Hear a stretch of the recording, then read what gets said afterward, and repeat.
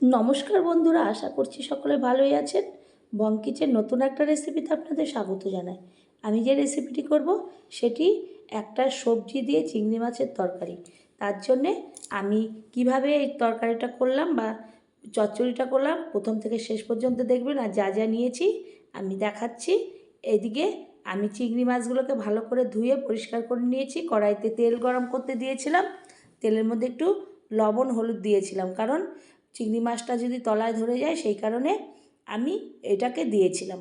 এরপর ভালো করে চিংড়ি মাছটাকে হালকা হালকা করে ভেজে আমি একটা বাটির মধ্যে তুলে নেব। চিংড়ি মাছটাকে বেশি একটা ভাজবো না, কারণ রবারের মতো হয়ে যাবে, একটু হালকা করে ভাজবো। এরপরে চিংড়ি মাছটাকে আমি ভেজে তুলে নিলাম। ওই তেলের মধ্যেই দুটো শুকনো লঙ্কা, দুটো তেজপাতা আর পাঁচফোড়ন আমি এটা ফোড়নে দিলাম, কারণ পাঁচফোড়নের ঘ্রাণটা একটা অন্যরকম বেরোয়। আর তেলটা আমি বেশি করেই দিয়েছিলাম আগের থেকেই। এরপরে ফোড়নটা যখন একটু ধোঁয়া উঠতে থাকবে, ফেনার মতো হয়ে উঠবে, তখন বুঝবো ফোড়নটা একটা গন্ধ বেরিয়ে যাবে। তখন আমি ওর মধ্যে দিয়ে দেবো আগে থেকে আলুগুলোকে আমি পাতলা পাতলা সরু সরু করে কেটে রেখেছিলাম, সেই আলুগুলোকে দিয়ে দেবো। যেহেতু এটা পাঁচ তরকারি চচ্চড়ি, তার জন্যে আমি ওটা দিয়ে দিলাম। এরপরে দিয়ে দেবো আলুর পরে ফুলকপি। ফুলকপিগুলোকে ছোট ছোট করে আমি টুকরো করে কেটে রেখেছিলাম। যেহেতু শীতকালের সবজি দিয়ে সমস্ত করব, আর শক্ত জিনিসগুলো আগে দিয়ে দিচ্ছি। আলুটা শক্ত, সিদ্ধ হতে সময় লাগে, সেই কারণে আলুটাকে আগে দিলাম, তারপরে ফুলকপি দিলাম। এরপরে আমি দিয়ে দিলাম কিছুটা ওর মধ্যে গাঁঠি কচু বা মুখি কচু, সেইগুলো দিয়ে আমি ভালো করে নাড়াচাড়া করব। করে এর মধ্যে দিয়ে দেবো এরপরে গাজরটা। আমরা তো অনেক রকম চচ্চড়ি করে থাকি, তো শীতের দিনে একবার হলেও এরকম একটা চচ্চড়ি করবেন, দেখবেন খুবই ভালো লাগবে। এটা আপনি ভাত, রুটি, পরোটা যে কোনো কিছু দিয়েই খেতে পারবেন। তো গাজরটা দেওয়ার পরে আর একটু নাড়াচাড়া করে নিয়ে এরপরে দিলাম ছিমকে। ছিমগুলোকে আমি মিডিয়াম সাইজের ছিল তাই দুভাগ করে কেটে রেখেছিলাম। সেই ছিমগুলো দিয়ে আবার ভালো করে আমি ওই সবজিগুলোর সঙ্গে ভালো করে মিশিয়ে নেব। এরপরে দিলাম পটল।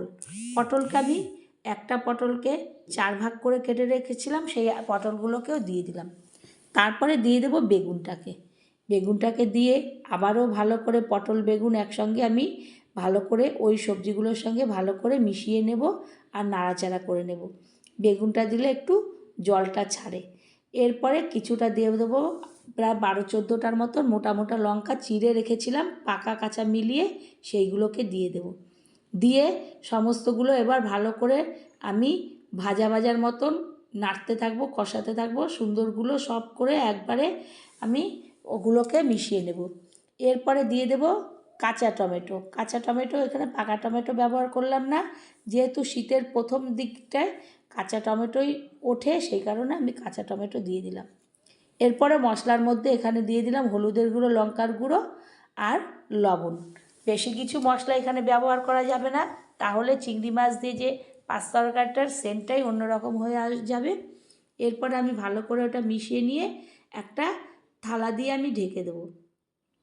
প্রায় 10 মিনিট পরে থালাটা তুলে আমি দেখব যে আমার সবজিগুলো মোটামুটি সিদ্ধ হয়ে আসছে, কারণ আলুগুলো আগে দিয়েছিলাম, ফুলকপি, ওগুলো ভালো করে আগে থেকে নরম হয়ে আসছে। আর এগুলো সিদ্ধ হওয়ার, আর এখানে কোনো জল ব্যবহার করিনি, কারণ সবজি থেকেই জল ছাড়বে, যেহেতু চচ্চড়ি এখানে কোনো জল বেশি একটা ব্যবহার হবে না। এরপরে দিয়ে দিলাম পেঁয়াজ কলিটা।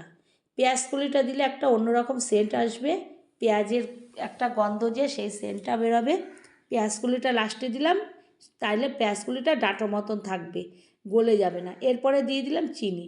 চিনিটা না দিলে একদমই হয় না, নিরামিষ তরকারি বা একটা চচ্চড়ি যেহেতু, ওর জন্য চিনিটা দিলে খেতে একটু সুন্দর লাগে, মিষ্টি মিষ্টি লাগে, ভালো লাগে। এরপরে আমি দিয়ে দিলাম চিংড়ি মাছটা। চিংড়ি মাছটা দেওয়ার পরে আবার একটু ঢাকনা দিয়ে আমি ঢেকে দেবো। কিছুক্ষণ পরে আমি আবার ঢাকনাটাকে তুলে নিয়ে আমি ওটাকে আর একটু ভালো করে নাড়াচাড়া করে দেবো। চিংড়ি মাছটা যেহেতু আছে, এই চিংড়ি মাছগুলোকে সমস্ত সবজির সঙ্গে ভালো করে মিশিয়ে নেব, যাতে চিংড়ি মাছের সেন্টটা ওর মধ্যে ঢুকে যায়। তো আমি এইভাবে ভালো করে নাড়াচাড়া করে নিচ্ছি। এটা শুকনো শুকনো মতন একটা চচ্চড়ি হবে। তা আমরা তো চচ্চড়ি অনেক রকম করে থাকি, একদিন হলে শীতকালের দিকে এরকম একটা চচ্চড়ি করবেন, দেখবেন খুবই ভালো লাগবে। এরপর ওপর থেকে একটু ধনেপাতা কুচি করে ছিটিয়ে দিলাম। তারপরে ধনেপাতাগুলোকে আমি ওই সবজির সঙ্গে ভালো করে মিলিয়ে নেব।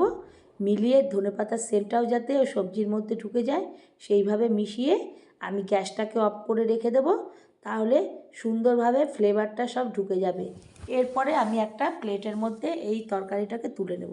তো বন্ধুরা, আমি এইভাবে যে তরকারিটা করলাম আপনারা একদিন হলেও করবেন, দেখবেন বাড়ির সকলে গরম ভাত কি রুটি পরোটার সঙ্গে এক থালা ভাত এটা দিয়েই খেয়ে নেবে। যদি ভালো লাগে আবারও কোনো রেসিপিতে দেখা হবে। ধন্যবাদ।